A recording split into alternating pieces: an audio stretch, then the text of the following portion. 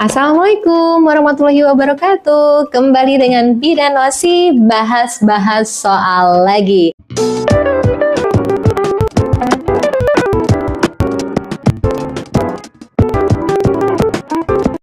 Buat teman-teman yang sudah menantikan materi asuhan bayi baru lahir dan neonatus, nah ini dia videonya dan jangan di skip ya. Yang belum tekan tombol subscribe-nya langsung tekan tombol subscribe-nya dan jangan lupa like.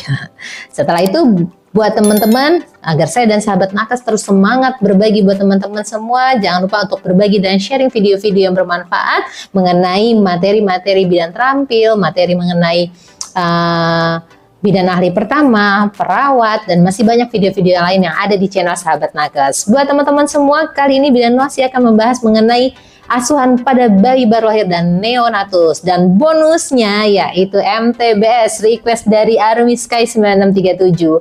Masih banyak request-request dari teman-teman semua mengenai materi yang mau Bidan Nosi bahas, tetapi satu persatu ya teman-teman, mudah-mudahan kekejar semuanya gitu ya. Kita agendakan gitu ya. Nah, buat teman-teman semua, kali ini Bidan Nosi akan membuat bagan materi. Bagan materi ini untuk mempermudah teman-teman memahami atau mempelajari materi apa yang sudah dan belum dipelajari ya, agar lebih mudah untuk menghafalnya. Nah, lakukan pembelajaran dengan happy dan senang agar termemori jangka panjang. Bagian materi kali ini yaitu mengenai yang pertama asuhan bayi baru lahir, setelah itu refleks bayi baru lahir, asuhan pada KN1, KN2, dan KN3, penanganan bayi dengan BBLR, IMD, imunisasi, dan ada materi-materi yang tambahan ya, seperti penanganan ichterus, membedakan ichterus yang fisiologis dan patologis. Setelah itu tentang Kaputus edenum, sefal, labio dan palatoskisis, dan gangguan kulit pada bayi ya.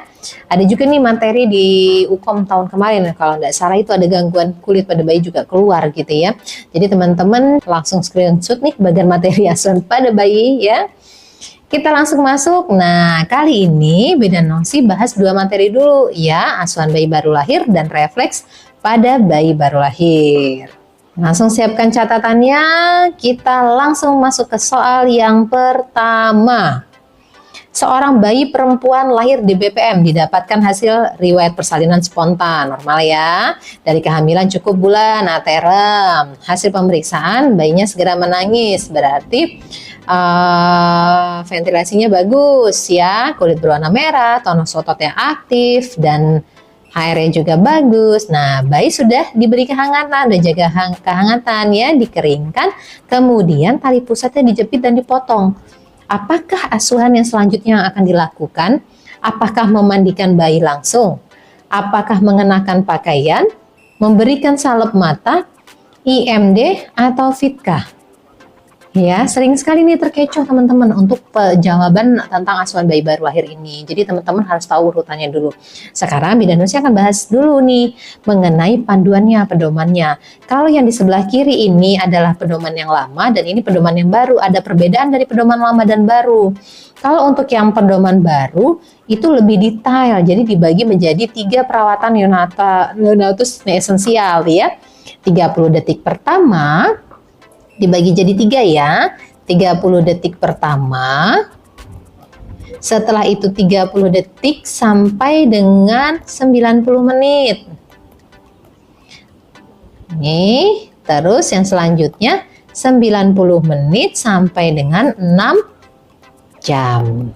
Ya, jadi maksudnya apa? Pada setiap perawatan neonatus esensial ini, apa yang dilakukan pada 30 detik pertama, pada 30 detik sampai 90 menit pertama, ataupun dari 90 menit sampai dengan 6 jam gitu ya.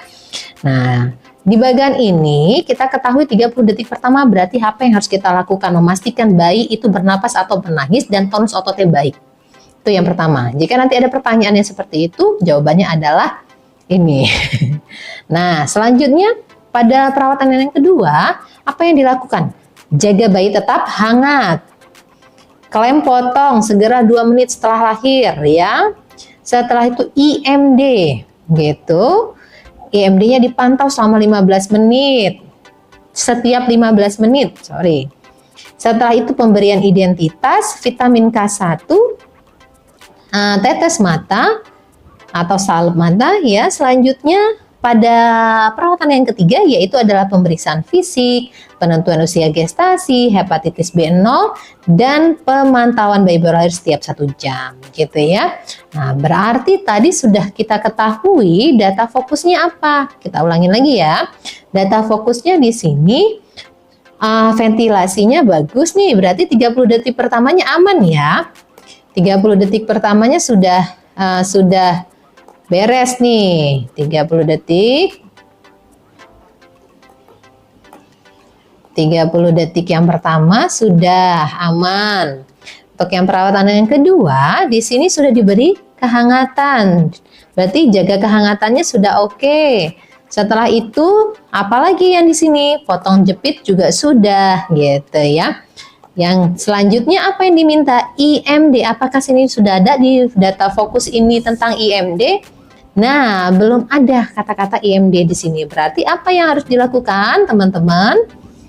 Betul sekali, inisiasi menyusui dini ya. Teman-teman, buat PR nih ya. Nanti di akhir Bidan Nosi akan tanya. Sekarang aja deh tanyanya ya, biar nggak lupa.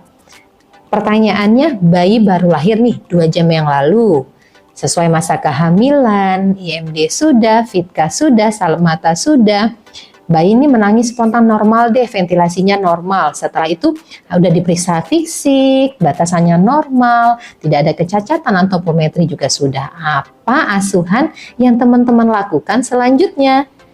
Langsung ya komen di kolom komentar. Buat teman-teman yang belum klik tombol subscribe-nya sudah sampai sejauh ini, jangan lupa klik tombol subscribe-nya agar saya dan sahabat Nagas terus semangat berbagi ya.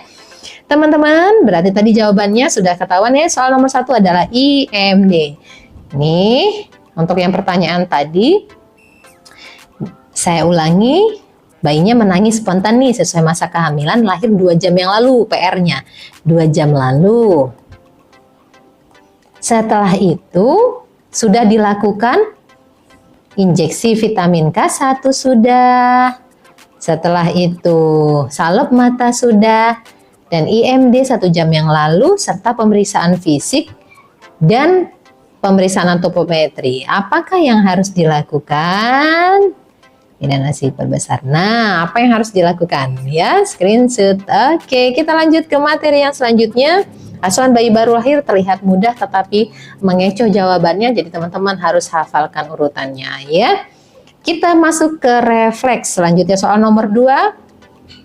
Seorang bayi laki-laki lahir normal IMD tetapi IMD-nya tidak berhasil ya. 2 hari yang lalu di rumah sakit, hasil pemeriksaannya BB-nya normal, PB, tidak ditemukan kelainan kongenital, time-nya juga normal. Saat ini sedang diperiksa refleks dengan cara menyentuh bagian pipi. Nah, pipinya disentuh gitu ya. Dan hasilnya mulut bayi itu mengikuti arah jari. Jenis refleks apakah yang ditunjukkan pada kasus tersebut? Rutin kah, grasping kah, Babinski kah, sucking kah, Moro kah? Ya, grasping ini apa teman-teman? Menggenggam. Grasping ya, menggenggam. Berarti ketika telapak tangannya si bayi itu disentuh, secara otomatis dia akan menggenggam. Nah, begitu ya. Kalau Babinski pasti sudah tahu nih, yang telapak kakinya digoreskan, terus akan menekuk jarinya ke depan atau ke belakang begitu ya, atau ekstensi ke belakang ya. Terus kalau sucking ini apa? Kalau ada benda yang masuk nih, salah satu contohnya puting payudara ibu masuk ke dalam mulut bayi, ada refleks menghisap. Ya, menghisap. Ini telapak kaki, poinnya ini. Setelah itu moro. Moro nih yang seperti apa? Moro itu kaget. Jadi kalau dikagetkan dia langsung seperti memeluk gitu ya. Nah, kalau rooting, betul sekali. Rooting adalah mencari, seperti yang di sini soal ya. Ketika disentuh dia mencari. Gitu, menyentuh pipinya dia mengikuti arah jarinya. Itu adalah rooting. Nah, screenshot ya. Buat teman-teman jangan ketinggalan juga ada refleks yang 3 di bawah ini, juga dihafalkan jenis refleks ini ya. Siapa tahu ada di salah satunya nanti yang keluar gitu ya. Set. Sudah? Iya. Jadi tadi sudah paham routing, grasping, Babinski, Moro, dan Saking ya. Nah, tadi requestnya MTBS nih, apa nih ya? Manajemen terpadu balita sakit adalah pendekatan yang digunakan untuk menangani berbagai penyakit pada balita secara komprehensif dan terintegrasi. Program ini bertujuan untuk meningkatkan kualitas penanganan balita yang sakit dengan memberikan pelayanan yang cepat dan efektif, serta mengurangi angka kematian dan komplikasi pada bayi. Di sebelah kiri ini namanya bagannya, teman-teman. Ini bagannya dan ini adalah formulirnya. Ini yang akan kita isi dan yang sebelah kiri ini adalah panduan kita, gitu ya. Nah, pada manajemen terpadu balita sakit, ingat-ingat apa saja yang ada di dalam formulir ini itu mencakup tahapan ini.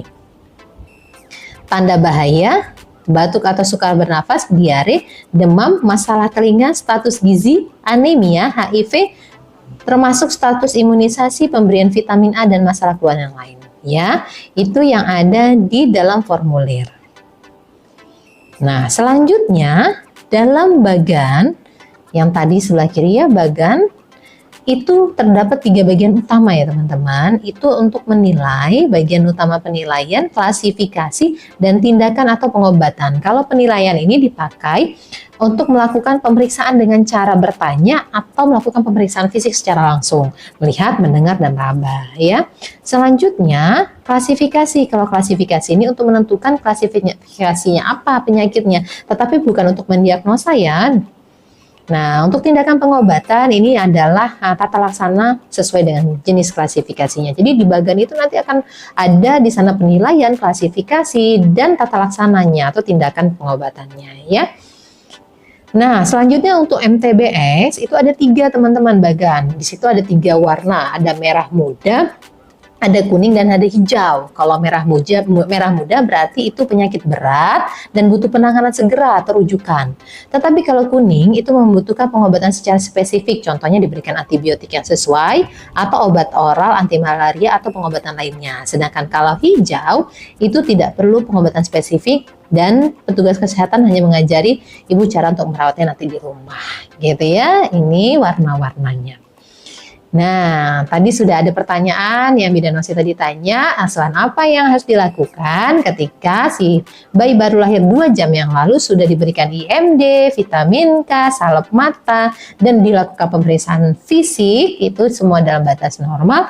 Apa langkah selanjutnya yang teman-teman lakukan ya?